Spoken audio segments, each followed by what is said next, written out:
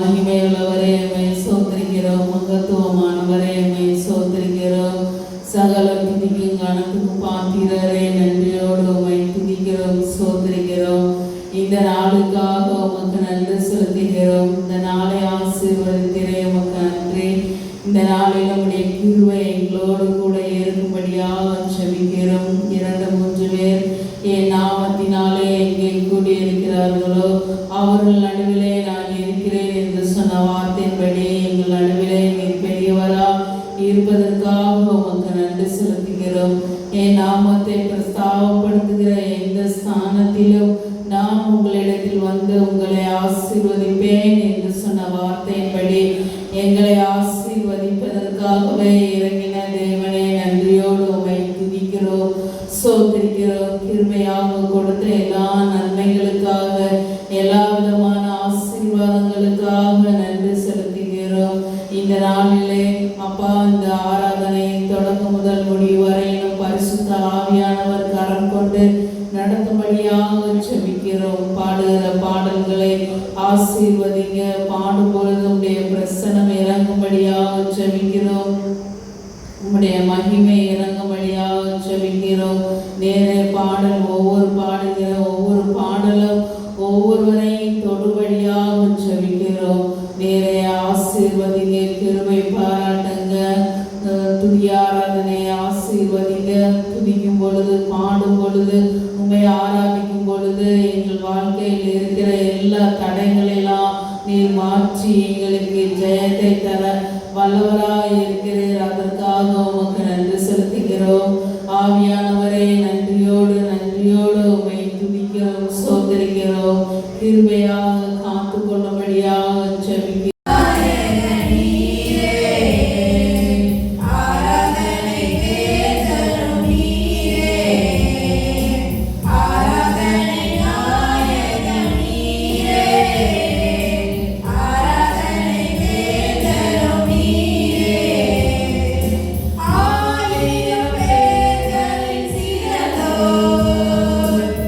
ஆண்டவரே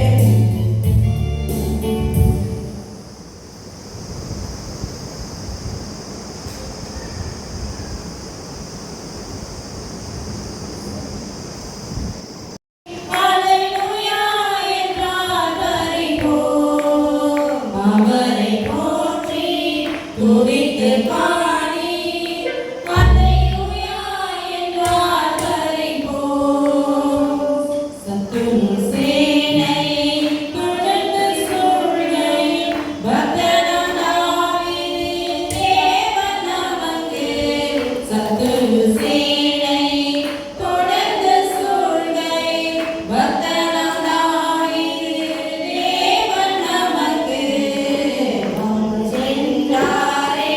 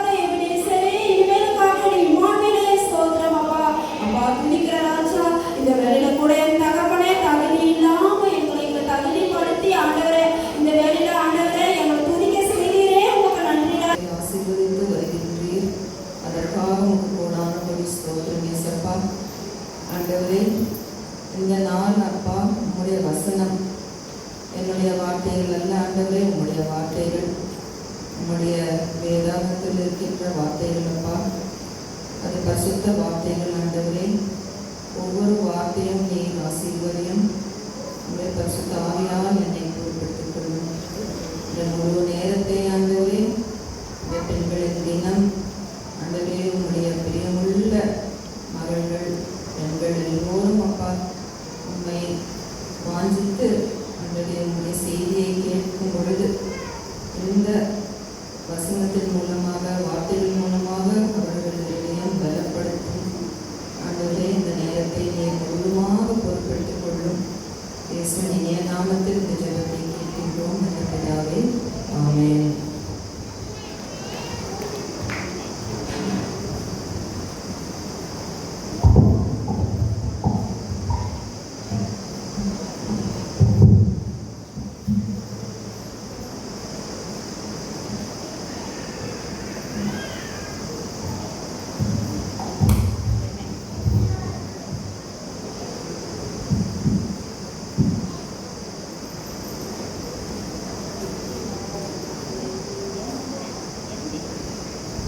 நேற்றைய தினம் சுதந்திர தினம் கொண்டாடினீங்களா? இங்கே ஆலயத்துக்கு வந்தீங்களா? இல்லை உங்களுடைய வேலை இடங்களில் ஞாபகப்படுத்துவீங்க இல்லை? இந்த செலிப்ரேஷனுக்கு போகலன்னா கூட நீங்கள் சுதந்திர தினத்தை இங்கே கொண்டாடிருக்கீங்க. ஆண்டவருக்கு நன்றி சொல்லியிருக்கீங்க சுதந்திரத்துக்காக. ஸோ எத்தனாவது வருடம்? 80ஆம் வருடம். ஸோ ஆண்டவருக்கு கொடான கொடி ஸ்தோத்திரம். நம்ம சுதந்திரம் பெற்றுக்கொண்டோம். ஆங்கிலேயர் உடைய ஆட்சியிலிருந்து நம் இந்தியர்கள் சுதந்திரத்தை பெற்றுக்கொண்டோம். ஸோ சுதந்திரம் என்றால் என்னது? விடுதலை. ஆமாம், எதிலிருந்து விடுதலை பெற்றோம்? அடிமைத்தனத்திலிருந்து விடுதலை பெற்றோம். யாருக்கும் அடிமையாக இருக்க பிடிக்காது அல்லவா? அடிமையாக இருக்க யாருக்காவது பிடிக்குமா? ஒவ்வொருவருக்கும் தன்னுடைய சுதந்திரம் தேவை என்று நாம் ஆசைப்படுவோம். யாருக்கும் ஒரு என்ன சொல்வது, அடிமைத்தனம் என்ன உருவாகும் நம்ம இருதயத்தில்? பயம் உண்டாக்கும். அடிமைத்தனம் பயத்தை உண்டாக்கும். அது அடிமைத்தனம் எங்கே வேணாலும் இருக்கலாம்.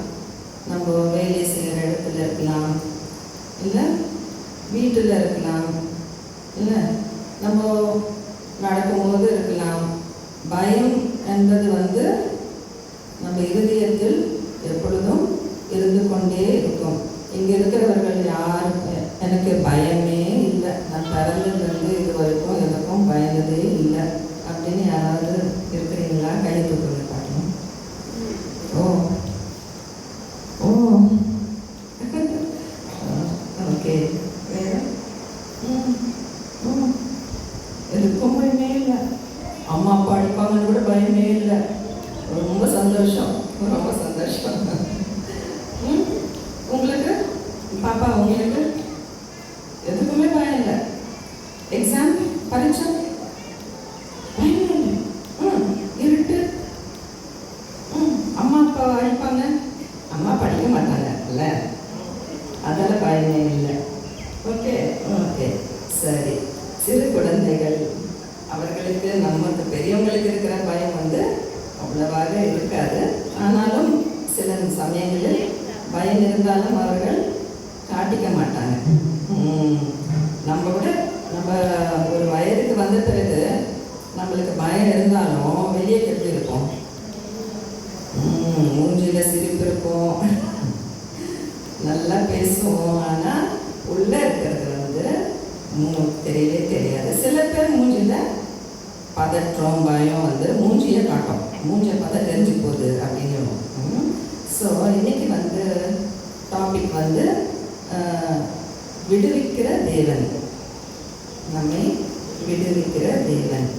ஸோ நம்மளுக்கு தேவன் அநேக காரியங்களிலிருந்து விடுவிக்கின்ற வல்லமை அவருக்கு இருக்கிறது. அவர் வானத்தையும் பூமியும் சர்வத்தையும் படைத்தார், நம்மையும் அவர் தான் படைத்தார். அது எல்லாரும் அதை தெரிஞ்சுக்கணும். நம்மளை படைச்சது தேவன், அவர் ரூபத்தில் நம்மளை படைத்தார். அதால் நம்மளுக்கு அவர் விடுதலை. அநேக காரியங்கள் தேவனை குறித்து உங்களுக்கு தெரியும். குணங்கள், குண அதிசயங்கள், தேவனின் குண அதிசயங்கள் உங்களுக்கு நிறைய இருக்குது. ஒரு நாள் மெசேஜில் அது முடியாது, வாழ்நாள் முழுதும் நம்ம கொண்டிருப்போம். இன்னைக்கு ஒரே ஒரு இது வந்து டாபிக் வந்து அவர் விடுதலை தருகின்ற தேவன். ஏன்னா நம்ம விடுதலை பெற்றுக்கொண்டோம், நம்ம கொண்டாடணும். ஸோ நான் நினச்சேன், சரி இந்த டாபிக் பேசினா நல்லாயிருக்கும். ஏன்னா நம்மளுக்கு எல்லாருடைய வாழ்க்கையிலும் பெண்களாக இருக்கட்டும் ஆண்களாக இருக்கட்டும் எல்லோருக்கும் பயத்தை பற்றி இன்றைக்கி நான் பேசலாம். ஏன்னா நானும் சிறு வயதுலேருந்து வளர்ந்தப்போ பயம் இருந்துனே இருந்தது. இன்னும் கூட சில பயங்கள் இருக்குது. பயமே இல்லை, போயிடுச்சு, ஏசப்பா ஏற்றுக்கொண்ட பயமே இல்லைன்னு நான் சொல்கிறதுக்கே இல்லை. அது உண்மை தானே? உங்கள் வாழ்க்கையில் பயம் ஏதாவது இருக்கா? ஏதோ ஒரு சின்ன பயமாக இருக்கலாம், பெரிய பயமாக இருக்கலாம், விதவிதமான பயங்கள் நம்ம வாழ்க்கையில் இருக்கிறது.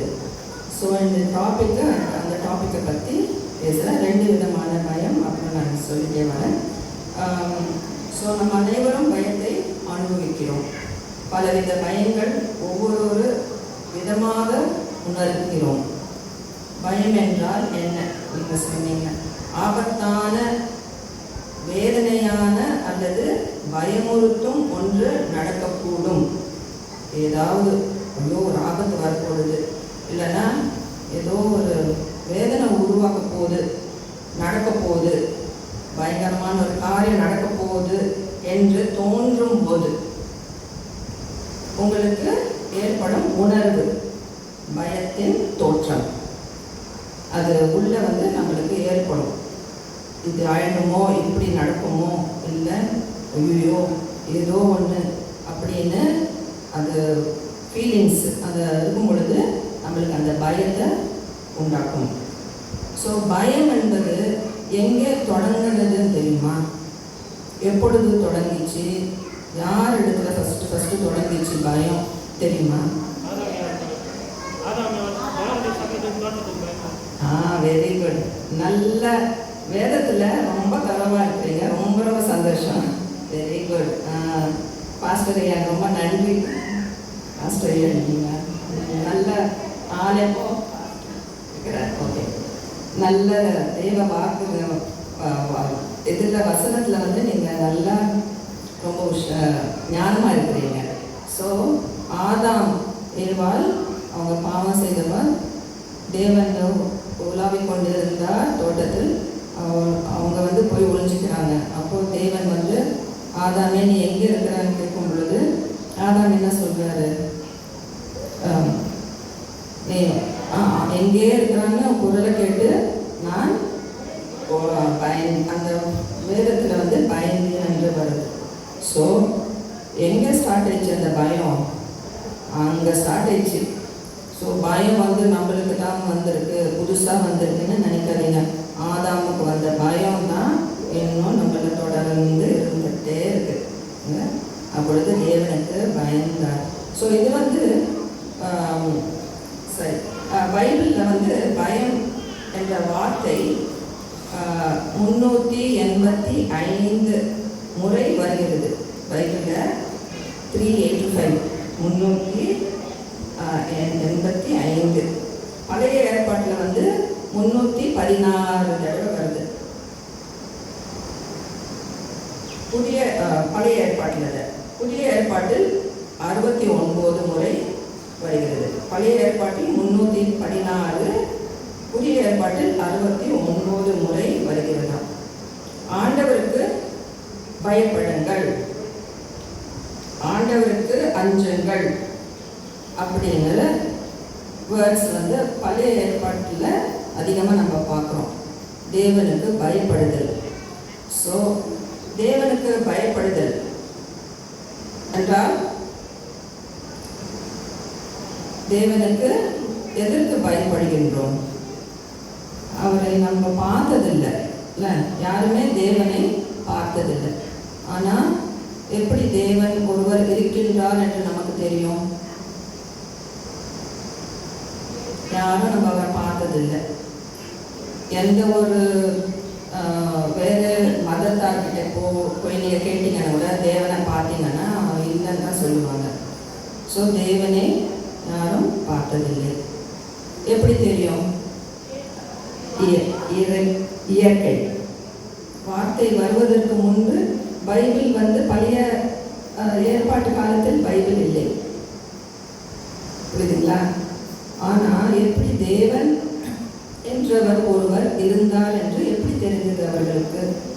நம்மளும் எப்படி இயற்கை, வானத்தை, பூமியை, நட்சத்திரங்கள், கடல், மரம், செடி, கொடி, மனிதன் இதெல்லாம் உருவாக்கினவர் ஒருவர் இருக்கிறார். தானா வராதுல்ல, ஏதோ ஒருத்தர் ஒன்று உருவாக்குனா தான் அது அங்கே இருக்கும். ஒரு சேர் இருக்குங்க, இல்லை மைக் இருக்கு, இது யாரோ ஒருத்தர் செய்தாங்க, இல்லைன்னா அது அப்படியே வந்து அங்கே நிற்காது. ஸோ செய்தவர், வானத்தை, பூமியை எல்லாத்தையும் படைத்தவர் ஒருவர் இருக்கின்றார் என்று பைபிள் வருவதற்கு எழுவதற்கு இருந்த முன்பதாகவே ஜனங்கள் சிருஷ்டியை பார்த்து அவர்கள் ஒரு தெய்வ பயம், யாரோ ஒருத்தர் இதை படித்திருப்பார், அல்லது தேவ பயம். அந்த தேவ பயம் எப்படிப்பட்ட பயம்? அது மரியாதை குறித்த பயம். ஒரு ஸ்கூலில் ஹெட் மிஸ்டர்ஸ் இருக்கிறாங்க, எப்படி பிள்ளைங்க பயப்படுவாங்கல்ல? ஸோ அது எப்படிப்பட்ட பயம்? அது ஒரு மரியாதை, அவர்கள் தகுதி, அவர்கள் பொசிஷனுக்கு பயப்படும். அதே மாதிரி நம்மளும் அந்த மாதிரி நம்மளுக்கு உயர்வான பொசிஷனில் இருக்கிறவங்க, பவரில் இருக்கிறவங்களுக்கு நம்ம ஒரு சீஃப் மினிஸ்டரோ ஒரு பெரிய அதிகாரியோ அப்படி இருக்கும் பொழுது அவர்களுக்கு பயப்படும். ஸோ அதே மாதிரி தேவனுக்கு பயப்படுகின்ற பயம் ஐயோ என்ன அவரை பார்த்தா அப்படி நடுங்கிறதோ அதெல்லாம் தேவையில்லை. ஒரு மரியாதை, அவர் பொசிஷன், அவர் மேன்மையானவர், அவர் ஞானமும் வல்லமையும் அது நம்ம விவரிக்கவே முடியாதான். தேவனை அவர் ஓரளவு தான், நம்ம புத்தி கேட்ட அளவு தான் நம்ம அவரை புரிந்து கொள்ள முடியும். அவருடைய மகிமை, அவருடைய பலன், எப்படி ஒவ்வொரு ஆகாயத்தை பார்த்து நட்சத்திரங்கள், எண்ண முடியாத நட்சத்திரங்களை படைத்தாருன்னா அப்போ அவருக்கு எவ்வளவு வல்லமை இருக்கு, எவ்வளவு பெரியவர், எவ்வளவு ஞானம் உள்ளவர். நம்ம ஞானமெல்லாம் ஒன்றுமே இல்லை, ஒன்றுமே இல்லை. ஒரு புள்ளிக்கு கூட நம்ம அதுக்கு ஒப்பிட முடியாது நம்ம ஞானமும் தேவனின் ஞானமும். அதற்காகவே எல்லா விதத்திலையும் அவருக்கு பெரியவர், எல்லாத்துலேயும் அவர் பெரியவர். அப்படிப்பட்ட தேவன் நம்மளுக்கு இருக்கிறார். நம்ம சிருஷ்டியை பார்த்து இப்படிப்பட்ட தேவன் படைப்பு, நம்ம சரீரத்தின் ஒவ்வொரு அவயவங்கள் எல்லாம் நம்ம சிந்திக்கும் பொழுது எப்படி இருதயம் எப்படி இப்படி ஃபங்க்ஷன் பண்ணுது. கண் எவ்வளோ அழகாக படைச்சிருக்கு. ஒரு கேமரா, கண் நம்ம கேமரா, நம்ம பார்க்குறோம் ஒரு பொருளை, அது இமேஜ் ஃபார்ம் ஆகுது. ஒன்னொன்னும் நம்ம சிந்திச்சு பார்த்தோம்னா தேவனின் வல்லமையும் ஞானமும் அவ்வளோ பெரியது. அதற்காக அப்படிப்பட்ட தேவனை நாம் பயப்படுகின்றோம். பயம் என்றால் நடுங்கிறது அல்ல, ஓகே, நல்ல விதமான ஒரு பயம். அவர் பெரியவர், ஞானத்தில் வல்லமை உள்ளவர் என்று அவருக்கு மரியாதை, அவருக்கு கொடுக்க வேண்டிய நம்ம மதிப்பு, அதன் மூலமாக வருகின்ற பயம். ஸோ இன்றைக்கு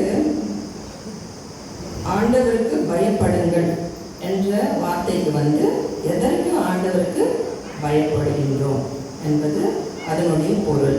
சார் நிறைய வசனங்களில் தேவனுக்கு பயந்து வாழுங்கள், தேவனை பயப்படுங்கள் அப்படின்று கூறுகின்றது. ஸோ அந்த பயத்தை நான் உங்களுக்கு விவரித்தேன்.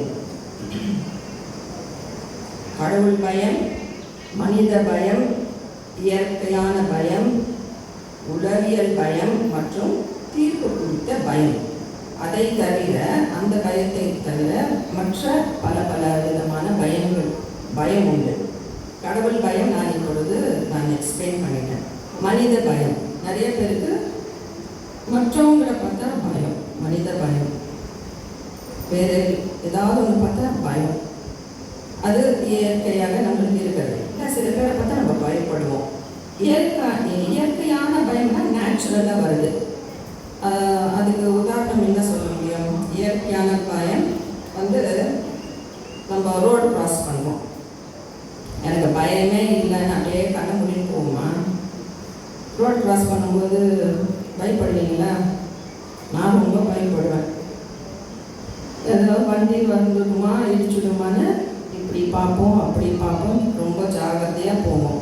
ஸோ அது இயற்கையான பயம். அது அந்த இயற்கையான பயம் வந்து தேவன் நம்மளுக்கு அது நேச்சுரலாகவே இயற்கையாகவே நம்மளுக்கு வைத்திருக்கின்றார். அந்த பயம் இல்லைன்னா அது நம்மளுக்கு நல்லதல்ல. ஸோ இயற்கையான பயம், நெருப்பு கிட்ட நம்ம வேலை செய்யும் பொழுது, அடுப்பு கிட்ட ஸ்டவ் கிட்ட வேலை செய்யும்போது அஜாகிரதையாக இருக்க மாட்டோம், இல்லை பயந்து தான் செய்யணும். எங்கே பற்றிக்க போகுது, தீ பற்றிக்குமா? ஸோ அது ஒரு டைப் ஆஃப் பயம்.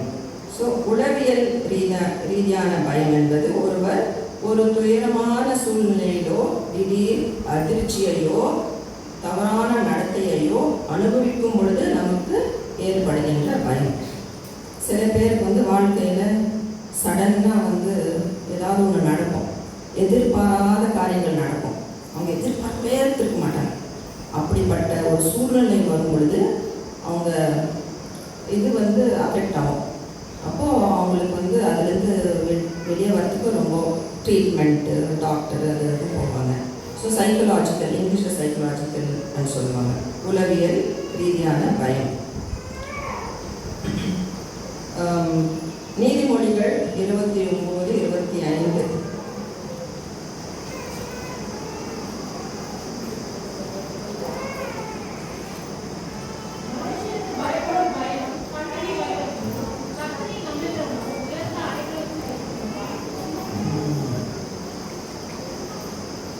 ஓகே,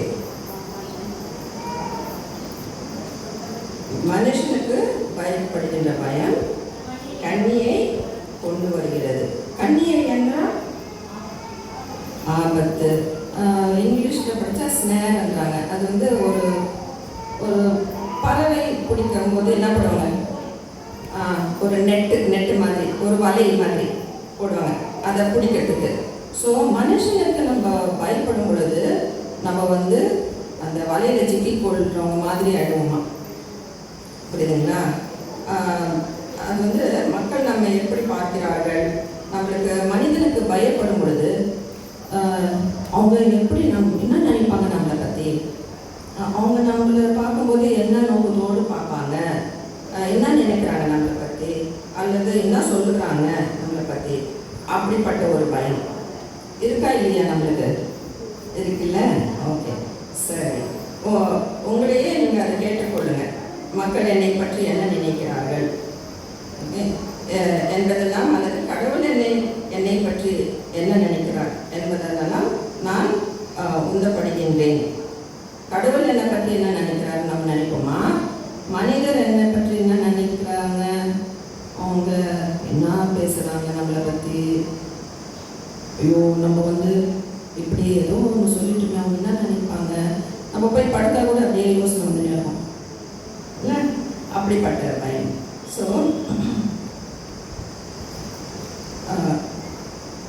கர்த்தருக்கு பயப்படுதல், பயப்படாதே. இது வந்து கர்த்தருக்கு பயப்படுதல் பழைய ஏற்பாட்டில் மற்றும் புதிய ஏற்பாட்டில் 300 வசனங்கள் வருதான். ஓகே, தேவனுக்கு பயப்படுதல் என்றால் என்ன உங்களுக்கு சொல்லிவிட்டேன். நீதிமொழிகள் 15:3 பாருங்கள்.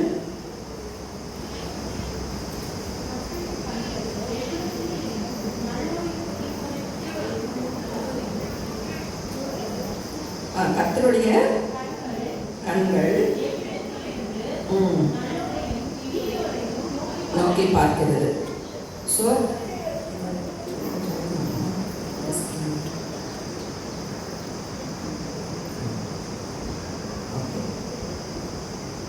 கர்த்தருடைய கண்கள் எல்லா இடங்களிலும் இருக்கின்றன. கர்த்தருக்கு 2 கண் இல்லை, முன்னால் மட்டும்தான் பார்க்கணும். நம்ம பின்னால் பார்க்க முடியுமா? ஆனால் கர்த்தருக்கு வந்து அவர் கண்கள் எல்லா விதத்திலும் திசையிலும் இருக்கிறது என்று இன்னொரு வேத படத்தில் பார்க்கணும். எல்லா இடங்களிலும் இருக்கின்றன. அவர் தீமையும் நன்மையும் கவனிக்கிறவர். நல்லது மட்டும் பார்க்குற தேவன் இல்லை, தீமைன்னா எவ்வளோ தீமை நடக்குது அதுவும் பார்த்து கொண்டு இருக்கிறார். நிறைய வாட்டி நம்ம கேர்லெஸ்ஸாக சொல்லிடுவோம், ஐயோ கடவுள் கண் இருக்கா, கண் இருந்தால் இதெல்லாம் நடக்குமா? ஆனால் வேத பகுதி என்ன சொல்லுது? நம்ம சாட்சி வந்து தேவனுடைய வார்த்தையிலிருந்து நம்ம அதை விசுவாசிக்கணும். ஆண்டவருக்கு கண்கள் இருக்கிறது, கர்த்தருக்கு கண்கள் எல்லா இடங்களிலும் இருக்கின்றன. அது ஞாபகம் வச்சுக்கோங்க. எங்கே போனாலும் எங்கே இருந்தாலும், அது நைட் டைமாக இருக்கட்டும் பகலாக இருக்கட்டும், எங்கே இருந்தாலும் அவர் நம்ம பார்த்து கொண்டே இருக்கிறார். தீமையும் நன்மையும் கவனிக்கிறார். நாம் தேவனுடன் ஐக்கியம் கொள்வதை விட்டு விலகி பாவத்தில் விழுந்து அவருடைய ஆசீர்வாதங்களை இழந்து விடாதபடிக்கு அவருக்கு பயப்படுகின்றோம். ஸோ இந்த ஒரு வசனம் வந்து தேவனுக்கு கண்கள் இருக்கின்றது என்று தெரிஞ்சால் தேவனுக்கு பயப்படுவோமா இல்லையா? இல்லை, நம்ம ஆண்டவர் பார்க்குறாரு. மக்கள் நம்மளை பார்க்கலன்னா கூட பரவாயில்ல, ஆனால் ஆண்டவர் நம்மளை பார்க்குறாருன்ற ஒரு பயம், அது ஒரு நல்ல பயம்தான்.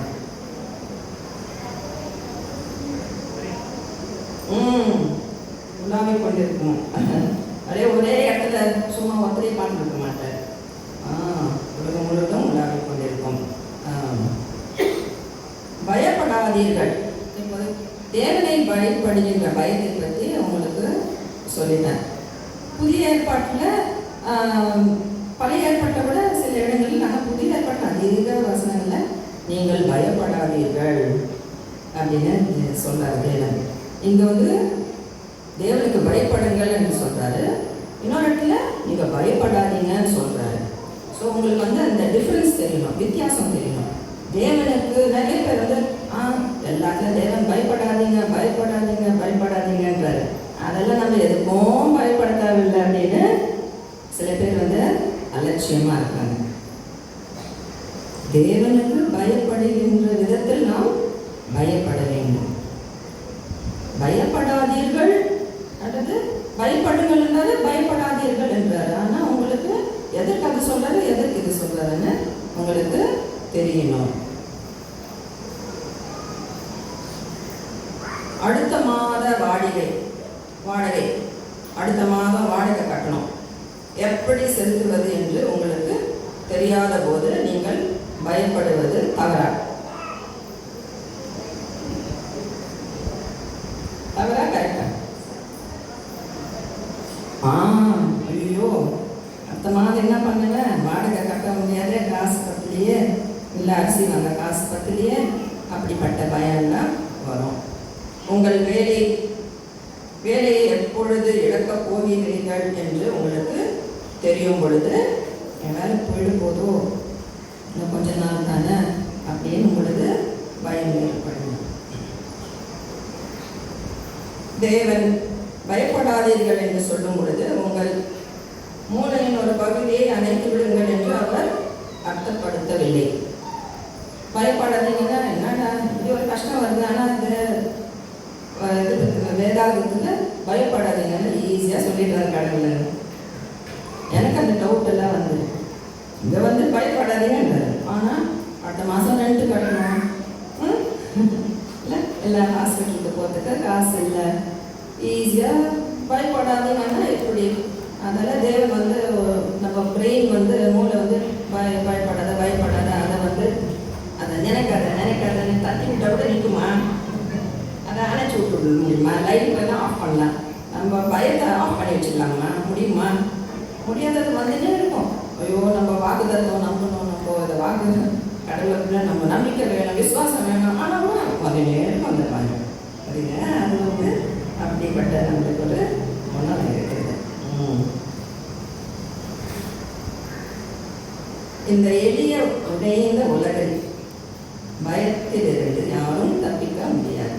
இது வந்து பாவப்பட்ட உலகம், உடைந்து போயிடுச்சு. தேவன் வந்து நல்ல சந்தோஷமா இருக்கணும், பயம் இல்லாமல் இருக்கணும், ஆதாம் ஏவாள் கூட சந்தோஷமா பயம் இல்லாமல் இருக்கணும்னு நினைச்சுதான் சிருஷ்டித்தார். நல்ல இருதயம் ஆண்டவருக்கு. ஆனால் ஆதாம் ஏவாள் எப்பொழுது அவர்கள் பாவம் செய்தார்களோ பயம் உண்டாயிடுச்சு. நம்மளுக்கும் அது வந்து தொடர்ந்து பண்ணினே இருக்கு.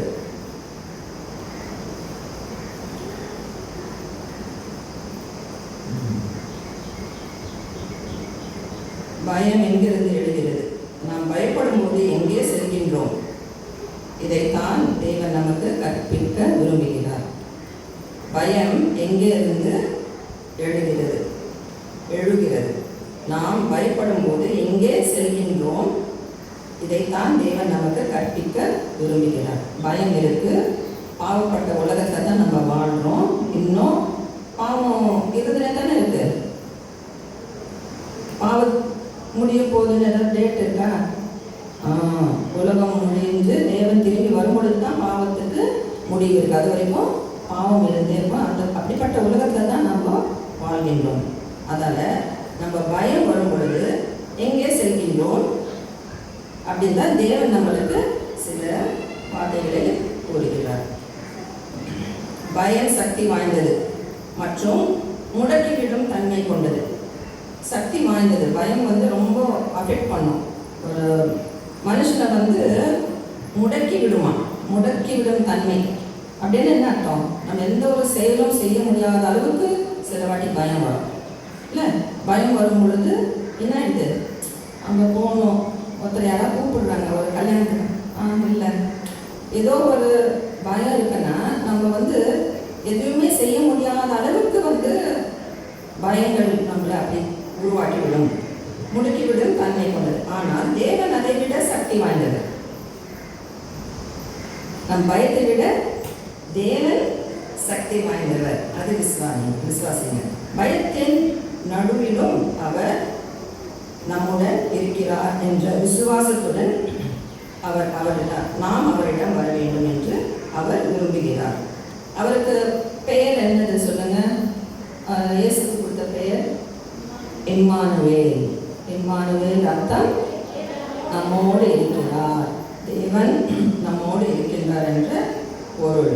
ஸோ அந்த பயம் என்று வரும் பொழுது நாம் தேவனிடத்தில் செல்ல வேண்டும். சங்கீதம் 46:1-3 படிக்கணும்.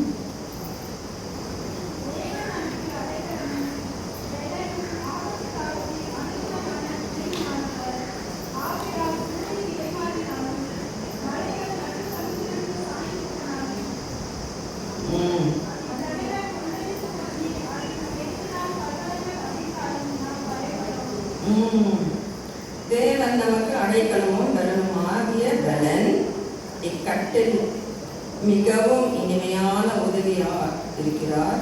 ஆகையால் நாம் பயப்பட மாட்டோம். கடல் கொந்தளித்தாலும், பர்வதங்கள் அசைந்தாலும், எது நடந்தாலும் நம்ம பயப்படாமல் இருக்க வேண்டும். பயம் என்னது பயத்தை எடுத்து போட மாட்டார். பயம்ன்றது என்ன இருக்கும்? சூழ்நிலை பயம் காட்டும் நம்மள. அப்போட தேவன் இருக்கிற நம்மோடு, இம்மானுவேல் நம்மோடு தேவன் இருக்கிறார். அவர் வல்லமை உள்ளவர். பயத்தை விட சக்தி வாய்ந்தவர். நம்ம பயம் ஒன்றுமே இல்லை கடவுளுக்கு. ஆனால் நம்ம பயத்தில் ஒரு மாதிரி ஆயிடும். ஆனால் இந்த வசனங்கள் நம்மளுக்கு நல்ல ஒரு என்கரேஜ்மெண்ட்டு தருகிறது.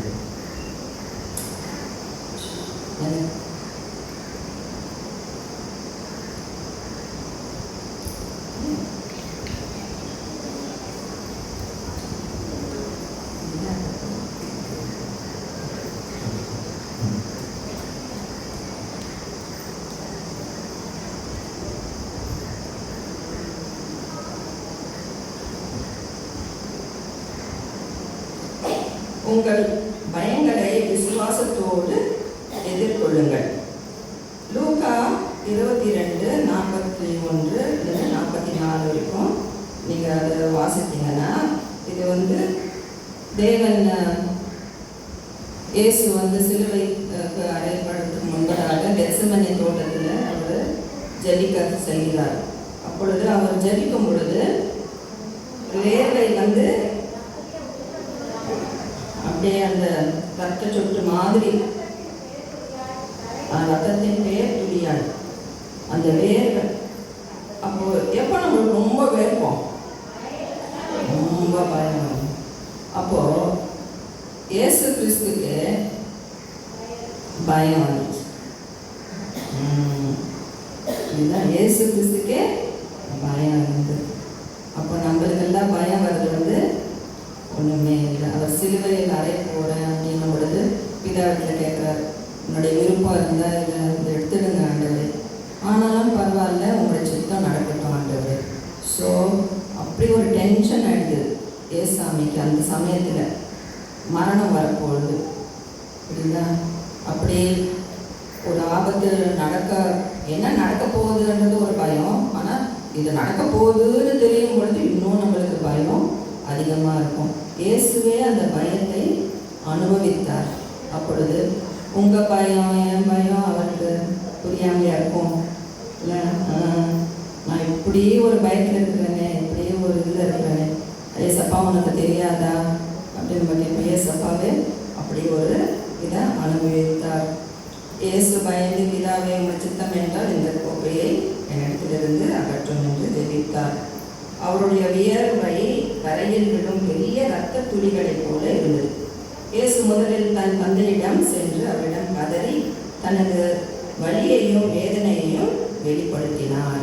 ஸோ அவர் அந்த பயம் வரும் பொழுது எங்கே போனார்? சிஷ்யர்களில் கூப்பிட்டு, ஐயோ எனக்கு ரொம்ப பயமாக இருக்கேன், கையை பிடிச்சிக்கோங்கப்பா, தொடச்சி விடுங்கப்பா, நான் அப்படியே கொஞ்சம் அப்படி போயிட்டு வரேன் அப்படின்னு சொல்லலை. இப்போல்லாம் ஃபோன் இருக்குது நம்மளுக்கு. பயம் வந்தால் உடனே ஃபோன் பண்ணும். யாருக்கு பண்ணுவோம்? முதல்ல அப்பா அம்மா, யார் நம்ம ரொம்ப க்ளோஸ் ஃப்ரெண்ட், தப்பே இல்லை. ஆனால் முதல்ல வந்து ஏசாமி பயந்தப்போ யார் இடத்தில் சென்றார்? பிதாவிடத்தில் ஜெபித்தார். அது ஒரு நல்ல எக்ஸாம்பிள். நல்லது. பயம் வரும் பொழுது முழங்காலிட்டு பிதாவிடத்தில் போங்க. ஏசாமியை ஃபாலோ பண்ணுங்க, அவருடைய எக்ஸாம்பிளை ஃபாலோ பண்ணுங்க. அவர் என்ன பண்ணாருங்க? தனது இயேசுவின் பயத்தின் அனைத்து விவரங்களையும் தன் தந்தையிடம் கூறினார். ஒவ்வொரு அனுபவமும் பிதாவிடத்தில் ஷேர் பண்ணிக்கிட்டார். நம்ம கூட எல்லாமே நம்ம வந்து கடவுள் புரியாது இதெல்லாம் சொன்னால், எங்கள் அம்மா அப்பாவுக்கு சொன்னால் அவங்க நல்லா புரியும் நினச்சிக்கிறீங்க. தேவனிடத்தில் சொன்னால் அது ரொம்ப நல்லது. தந்தையிடம் கூறினார். தேவன் சிலுவையை அகற்றவில்லை, ஆனால் அவர் பயத்தை அகற்றினார். பிதாவிட்டு ஜெபித்தார். ஓகேப்பா, சிலுவையில் போகாத, ரொம்ப பயப்படுறேன், வேண்டாம், ரொம்ப கஷ்டமாக இருக்கும்னு சொல்லலை. சிலுவையை அனுபவித்தார். நம்ம பாவங்களுக்காக அவர் போக வேண்டிய ஒரு காரியம், அவர் செய்ய வேண்டிய ஒரு காரியம் இயேசு. அதனால் அதை தவிர்க்கவில்லை. எதை தவிர்த்தார்? இயேசுவிடத்திலிருந்து பயத்தை தவிர்த்தார், அதை அகற்றினார். பயத்தின் தீய விளைவுகள் யாவை? அது நமது உடல், ஆவி மற்றும் ஆன்மாவை பாதிக்கிறது. எல்லாமே பயம்ன்றது எல்லாமே பாதிக்கும். ஹெல்த் ஸ்பாயில் ஆகிடுது இல்லை? பயத்திலேயே ரொம்ப வருஷமாக வாழும்பொழுது நம்ம உடல் சோர்வடைகிறது, மைண்ட் அப்செட் ஆகிடும், ஹெல்த்து சாப்பிட பிடிக்காது, எல்லா ரீதியாக நம்மை பாதிக்கப்படுது. நம்மை சோர்வடைய செய்து நம்மை முடக்கிவிடும். ஒரு உதாரணம் இருக்கிறது. எலியா கதை தெரியும்ல? அந்த மொரையா மலை மேலே எலியா தீர்க்கதரிசி, ரொம்ப வல்லமை உள்ள தீர்க்கதரிசி, பயங்கரமான ஜெபிக்கிற ஒரு தீர்க்கதரிசி. அவர் ஜெபித்தா மழை நின்றுடும், வரணும்னா மழை பெய்யும். அப்படி வல்லமை உள்ள தீர்க்கதரிசி. அவர் வந்து அந்த விக்கிரகனை செய்கின்றவர்கள் அந்த பால் விக்கிரகம் செய்கிறோட போட்டியிட்டு சவாலிடும் பொழுது இவர் ஜெயிக்கிறார். ஆண்டவர் இவர் ஜெபத்தை கேட்கிறாரு. அந்த கதை நீங்கள் வந்து 1 ராஜாக்கள் பார்க்கலாம். ஆமாம், 1 ராஜாக்கள் நீங்கள் வீட்டுக்கு போய் அதை படிச்சுக்கோங்க. எலியா 1 ராஜாக்கள் 19:3 அந்த ஃபுல்லாக நீங்கள் படிங்க, நல்லாயிருக்கும் அந்த கதை. ஸோ நான் சுருக்கமாக சொல்கிறேன். அப்பொழுது அவர் வந்து அவங்க விக்கிரகம் செய்கின்ற அந்த பொய் தீர்க்கதரிசிகள் எல்லாரையும் அவர் வந்து சாவடிக்கிறார் இல்லையா? அவ்வளோ தைரியமாக. அதுக்கப்புறம் அந்த ராணி ஏசபெல் லேடி, அவங்க ஒரு லேடி, அவங்க வந்து சொல்கிறாங்க, நீ இப்படி பண்ணல, அவ்வளோதான், அவங்க உயிரை பாரு, நாங்கள் எடுத்துகிட்டு போகிறோம், உன்னை சாவடிச்சுட்டு போகிறோம் அப்படின்னு. அவ்வளோ தைரியமாக ஜெபிக்கிற எலியா பயந்து ஓடுறாரு. ரொம்ப ஆச்சரியமாக இருக்கு இல்லைங்களா? நான் கூட சொல்லலாம், நான் இப்படி ஜெபிக்கின்றேன், நான் இப்படி பயப்படுறேன், என்னது அப்படின்னு. ஸோ எலியாவும் நம்மை போல புதிய ஏற்பாடு, நம்மை போல மனுஷன். எலியாவும் நம்மை போல மனுஷன். ஸோ பயம் என்பது அது எல்லாருக்கும் வருகின்றது. அப்பொழுது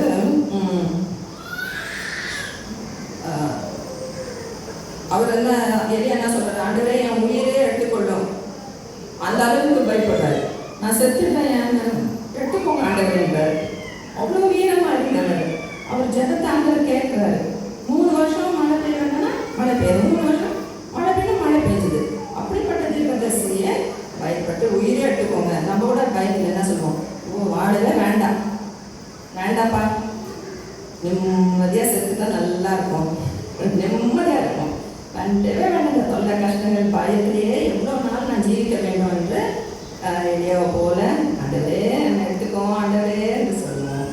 ஆனால் ஒவ்வொருக்கும் ஆண்டவர் ஒரு திட்டம் வச்சிருக்கிறார், பிளான் இருக்கும், அதை நிறைவேற்றுவார். அதை வரைக்கும் நம்மளை எடுக்க மாட்டார். நம்ம கேட்டால் கூட நம்மளை எடுக்க மாட்டார். நம்ம விசுவாசிகள், ஆண்டவர் விசுவாசிகள், நல்ல காரியங்கள் நம்ம வழியாக ஆசீர்வாதமாக இருக்கணும்னு நம்மளை உயிரோட வைப்பார். ஓகே. பயத்தை வெல்வதற்கான வழிகள், பயத்தை வெல்வதற்கான வழிகள். தேவனுடைய வார்த்தையின் மீது முழுமையான நம்பிக்கை வைத்துக் கொள்ளுங்கள். தீமோத்தேயு 1:7.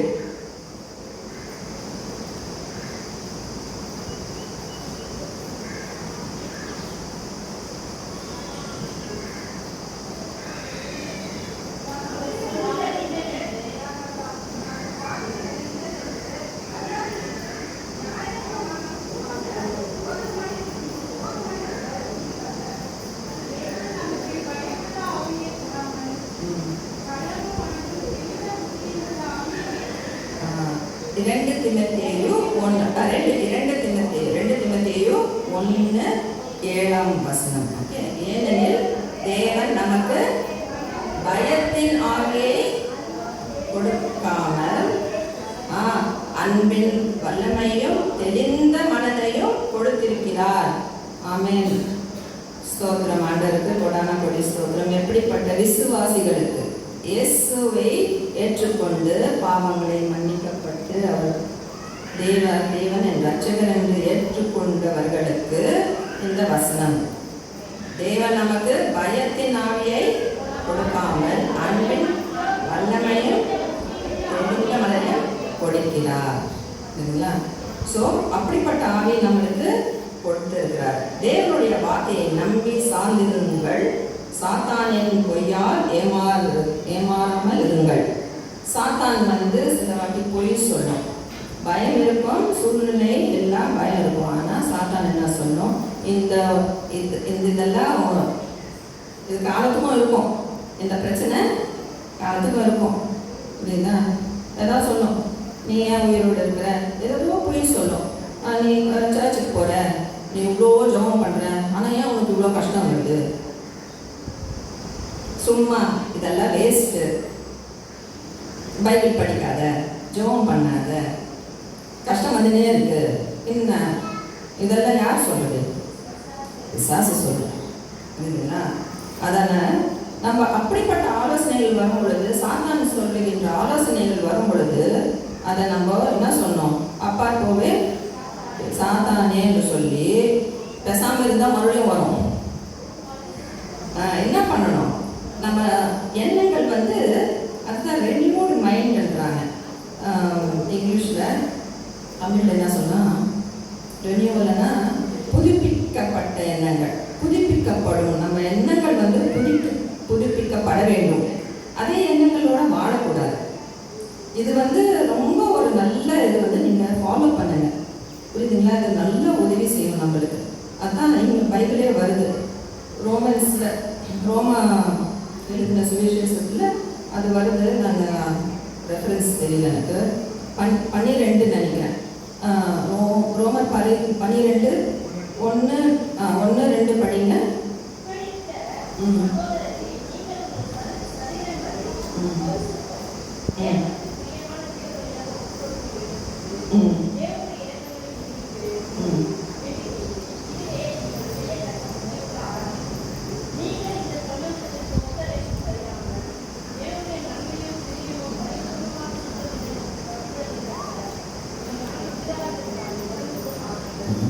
மனது புதிதாக்க வேண்டும்.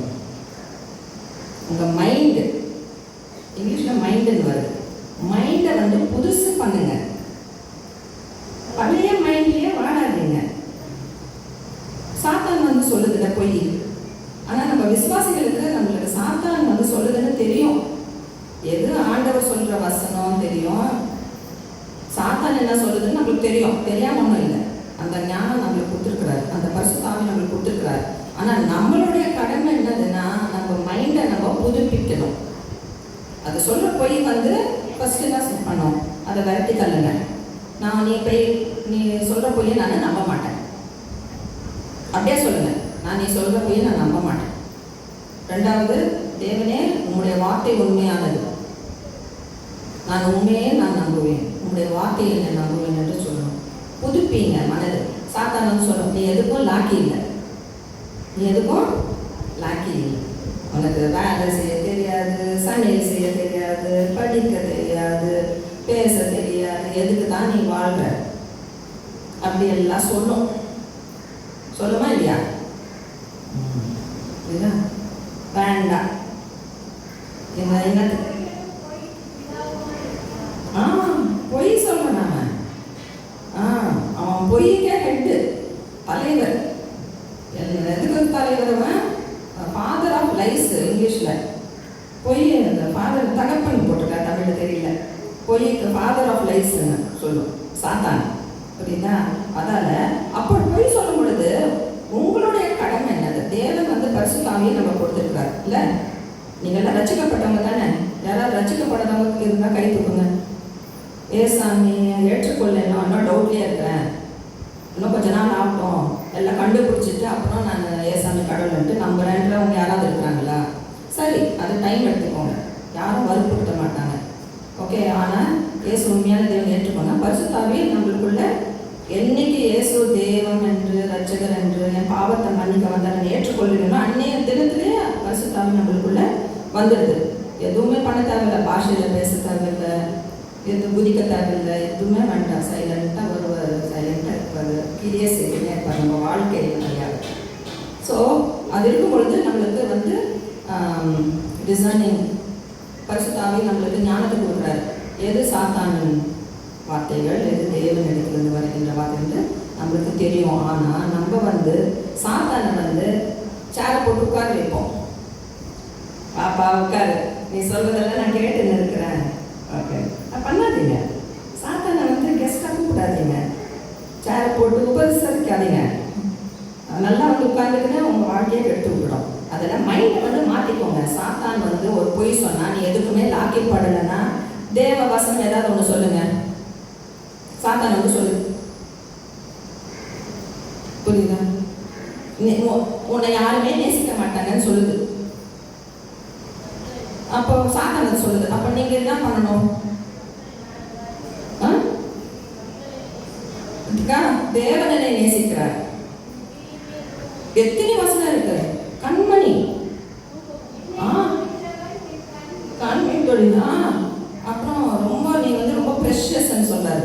ரொம்ப ப்ரெஷஸ்னா ரொம்ப விலையேறப்பட்ட மதிப்புள்ள நீ என்று தேவன் சொல்றாரு.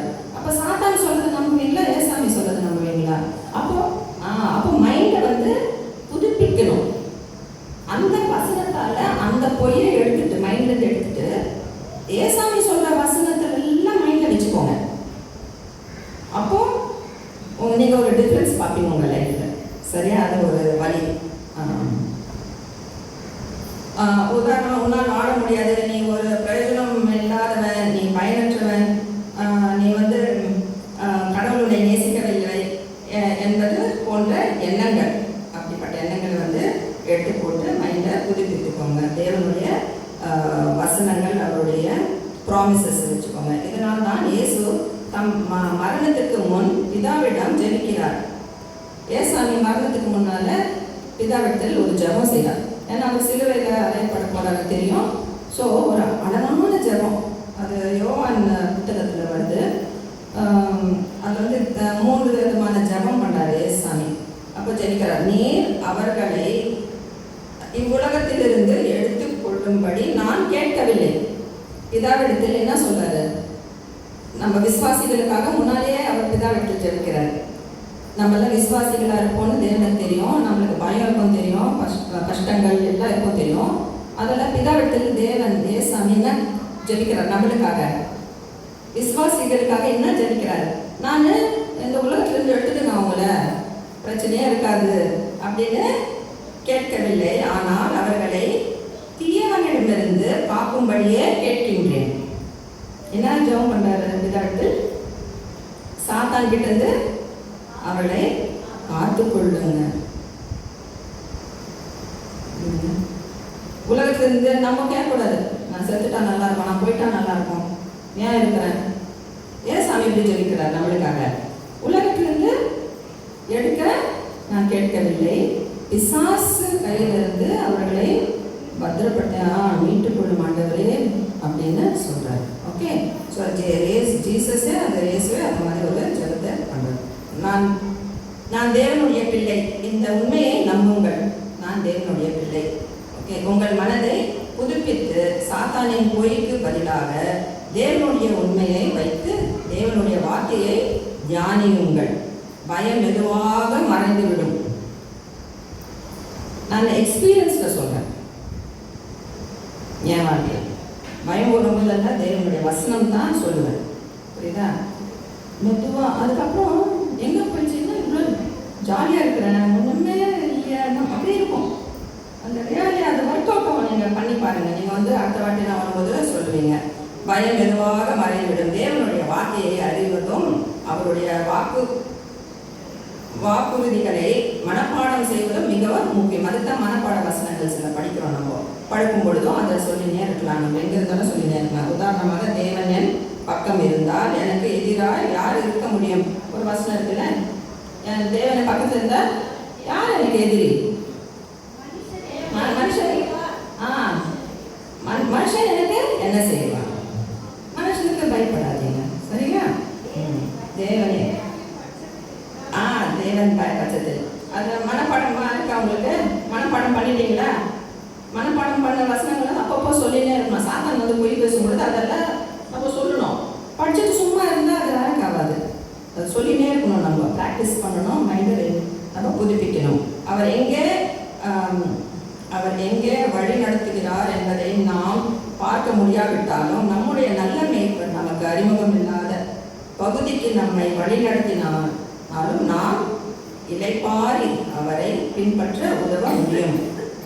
நம்மை வழி நடத்துபவர் முன்னால் உள்ள பாதையை அறிந்திருக்கிறார். சங்கீதம் 23:1-4.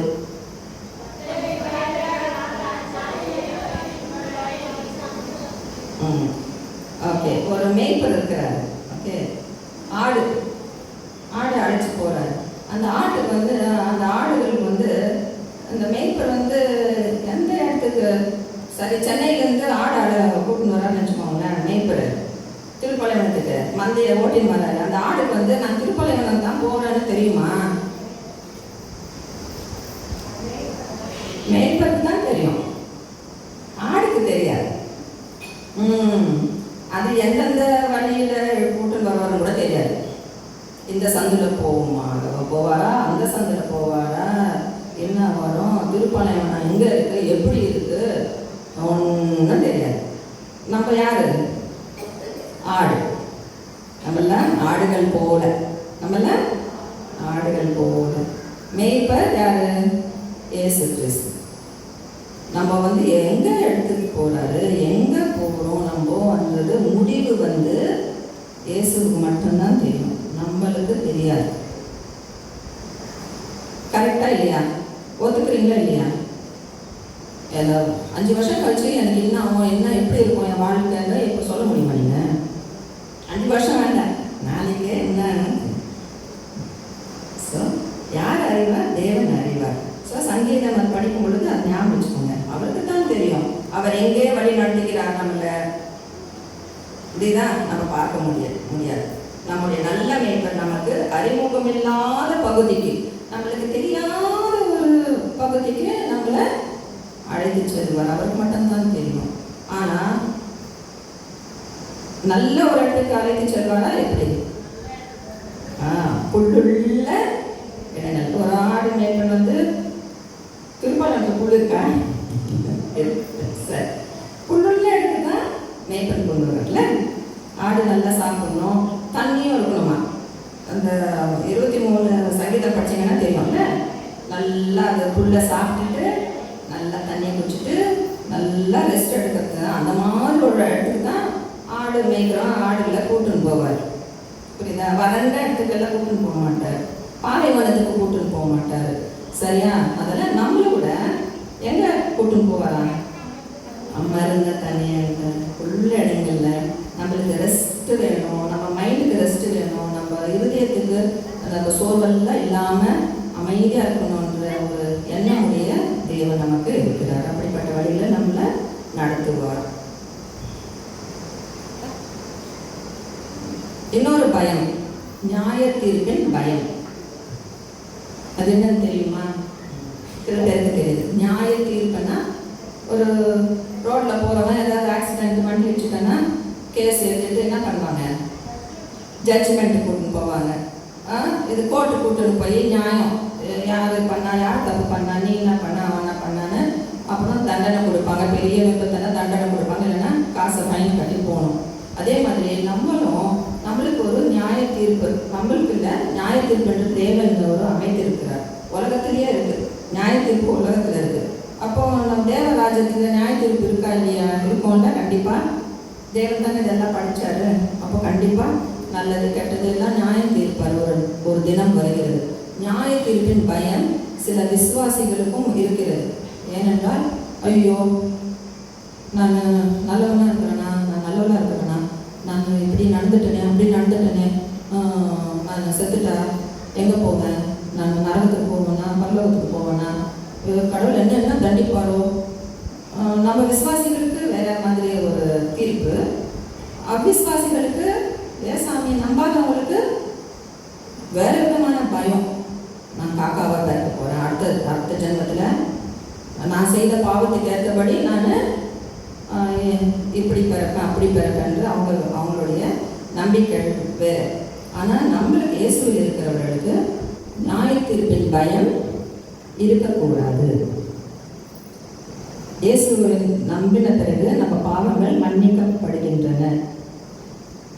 நீங்கள் இந்த திருபோஜனம் எடுக்கிறீங்கல்ல, அது இயேசுவின் ரத்தமும் அவருடைய சரீரத்தை எடுக்கும் பொழுது பாவங்கள் மன்னிக்கப்பட்டது அப்படின்னு நம்ம அவரை நினைக்கின்றோம், சிலுவையை தியானிக்கின்றோம்.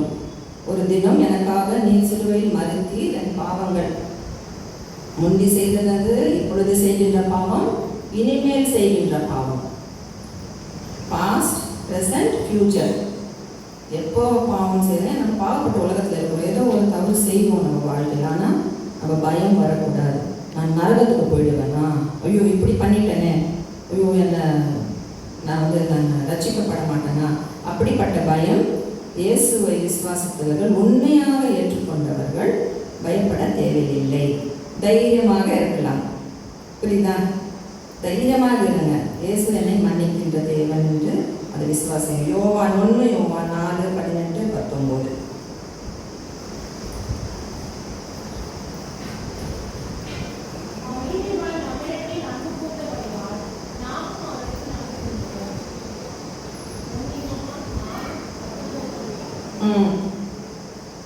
பயம் தண்டனையை தொடர்பு, பயம் தண்டனையை தொடர்பு.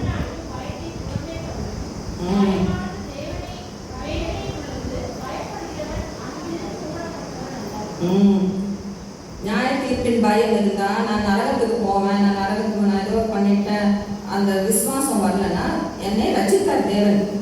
அதில் எப்பவுமே அந்த இதில் இருக்கணும், என்னை தேவன் ரட்சித்தார். இதுதான் நான் இந்த பாவம் செய்ததால் தான் எப்படி நடக்குதா, அந்த பயம் இருக்கக்கூடாது. நான் ஏதோ செய்துட்டேன், இல்லை என் தாத்தா என் முன்னோர் ஏதோ செய்துட்டாங்க, அதனால இது நடக்குது. கிறிஸ்டியன்ஸ் கூட சொல்கிறாங்க, கிறிஸ்டியன்ஸ் சொல்கிறாங்க அப்படி இப்படிதான், ஏதோ பாவம் செய்துட்டாங்க, அதுதான் இப்படி இங்கே நடக்குது. அதெல்லாம் ஏசாமி விசுவாசத்தவர்கள் அதெல்லாம் நம்பக்கூடாது. நியாயத்தின் தீர்ப்பு பயம் நமக்கு இருக்கக்கூடாது. அப்படி இருந்தால் நம்ம தேவனுடைய அன்பில் பூர்ணமாக படவில்லை. அப்படி ஒரு பயம் இருந்தால் இயேசுவின் அன்பை நீ ஏற்றுக்கொள்ளவில்லை என்று அர்த்தம். இயேசு அன்பாக நம்மளுக்கு ரட்சிப்பை இலவசமாக கொடுத்தார், அவர் கிருபையில் கொடுத்தார். நம்ம நல்லவர்களாக இருக்கிறோன்னு அவர் நம்மளை ரட்சிக்கல, கிருபை ஃப்ரீ கிஃப்டாக கொடுத்தார். அப்போ நீங்கள் அந்த அன்பு பெற்றுக்கொள்ளவில்லை என்றால், அவருடைய கிருபை பெற்றுக்கொள்ளவில்லை என்றால், ஏசாமி கொடுத்த ஃப்ரீயாக கொடுத்த கிஃப்ட் ரட்சிப்பு, ஏசாமி கொடுத்த கிஃப்ட் என்னது? ரட்சிப்பு. அது பெற்றுக்கொள்ள என்றால் என்னன்னு அர்த்தம்? நீங்கள் அவருடைய அன்பை வெறுக்கிறீங்க, ஏற்றுக்கொள்ளவில்லை என்று அர்த்தம். அப்போ அவர் துக்கப்படுவார். ஓகே, எபிரேயர் 4:16.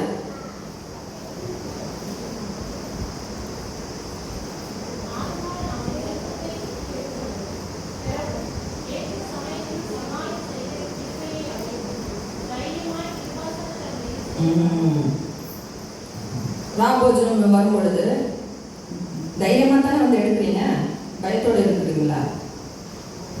ரட்சிக்கப்பட்டோம். அதனால் இயேசு நம்ம அவர் இடத்தில் வரும் பொழுது பிதாவை அணுக பயப்படாதீர்கள், தைரியமாக அவரிடம் செல்லுங்கள்.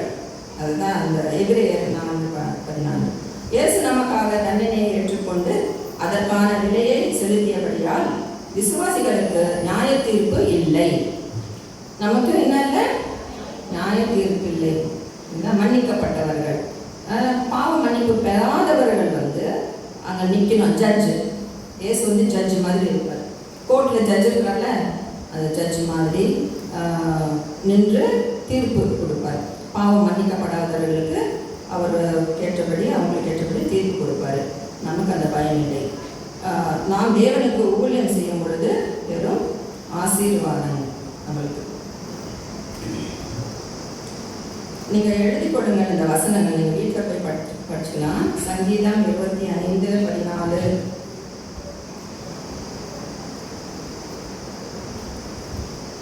ஆ 33:18, 34:7, 31:19,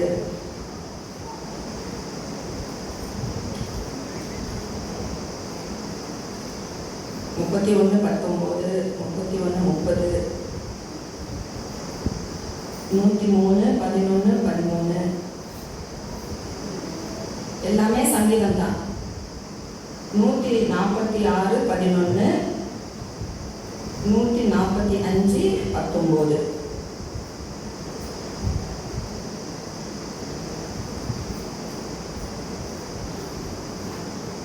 ஒரு வாட்டி ரிப்பீட் பண்ணிட்டா, எல்லாமே சங்கீதம் தான். 25, 14, 33, 18, 34 அதிகாரம் 7, 31 அதிகாரம் 19, 31, 30 வசனம், 103, 11, 13, 146, 11, 145, 19. இதில் ஒரு 4 படிக்கலாமா? ஏதாவது ஒரு 4 படிங்க. நல்ல தேவனுக்கு பயப்படும் பொழுது, தேவனுடைய பயம் இது. தேவனுக்கு பயப்படும் பொழுது நம்ம பெறுகின்ற ஆசீர்வாதங்கள் ரொம்ப அழகா இந்த வசனத்துல சொல்லுது.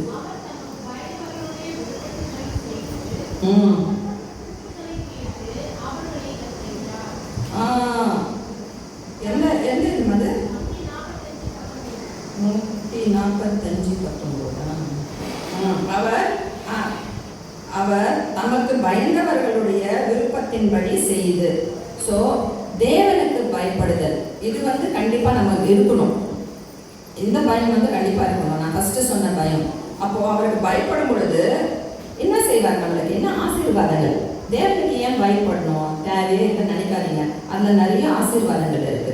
தேவனுக்கு பயப்படுதுன்னா அவருக்கு மரியாதை, பக்தி, அவர் வசனம் படிக்கிறது, அவர் சொல்லபடி கேட்குறா, அந்த பயம் இருந்தா நம்மளுக்கு ஆசீர்வாதங்கள். பயந்தவர்களுடைய விருப்பத்தின் படியே செய்வாராம். உன்னுடைய விருப்பம் பூர்த்தி அவங்க சந்தோஷமா இருக்கும்ல, நீ கேட்கும் பொழுது அதை விருப்பத்தை செய்து அவர்கள் கூப்பிடுதலை கேட்பாராம். நீ ஜெபிக்கும் பொழுது அவர் கேட்பார். அப்புறம் 146, 11 நமக்கு பயந்து எதுமா பத்துக்கா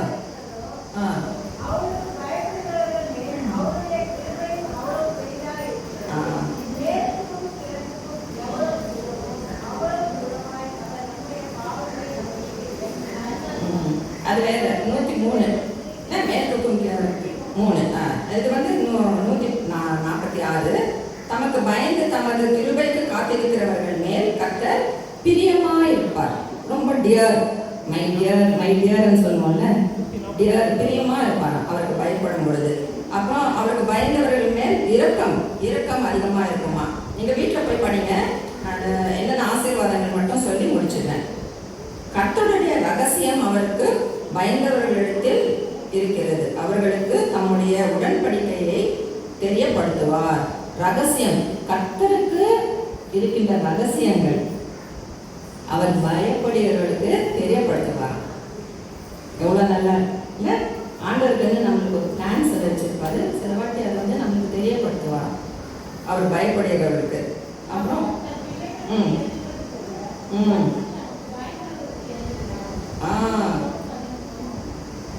பிள்ளைகளுக்கு 103. ஓகே.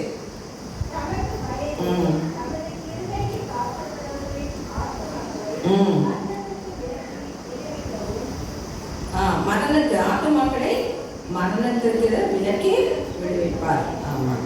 ஸோ அது மாதிரி நிறைய இந்த வசனத்துல எல்லாம் நீங்க போய் வீட்டில் போய் படிச்சீங்கன்னா தேவனுக்கு நான் கொஞ்சம் தான் எழுதுனேன், நிறைய வசனங்கள் இருக்கு. தேவனுக்கு பயந்தா அது நீங்க படிக்கும் பொழுது பயம் என்ற வேர்டு பார்த்து அதுல அந்த பயப்பட்டா ஆண்டவர் நம்மளுக்கு என்ன செய்வார், தேவனுக்கு பயந்தா என்ன ஆசீர்வாதம்னு நீங்க படிக்கும் பொழுது அப்படி ஸ்லோவா படிச்சீங்கன்னா ரொம்ப வந்து அது அர்த்தம் உள்ளதா இருக்கும். ஒரு சங்கீதம் படிக்கும்போது அப்படியே வரிசையா படிச்சுட்டு போகிறது ரொம்ப கொஞ்சம் கவனித்து படிக்கும் பொழுது அவங்களுக்கு ரொம்ப பிரயோஜனமா இருக்கும். ஸோ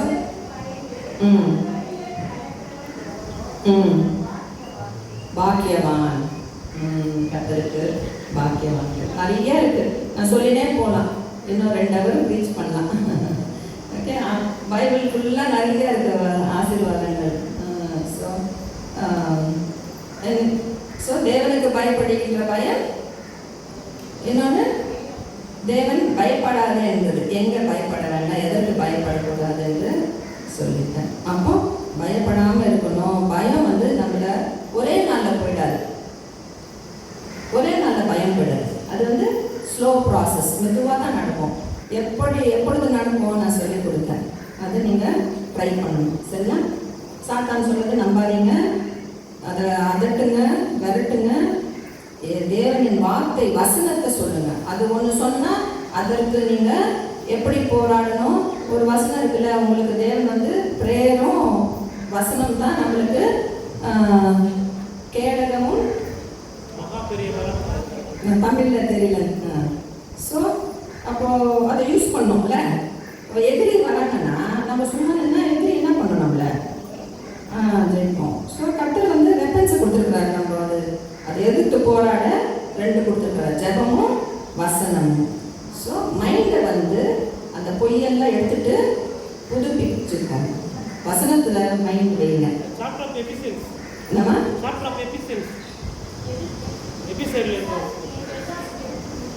பிசாசுக்கு எதிர்த்து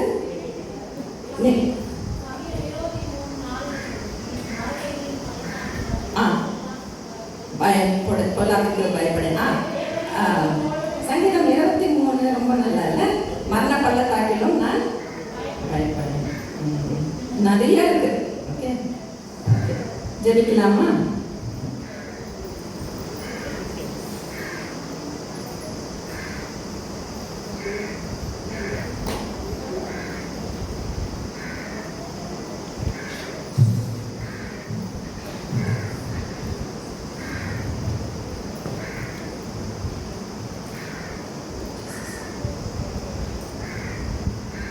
அப்பா பிதாவே, நீ கொடுத்த ஒவ்வொரு வார்த்தைக்கும் உனக்கு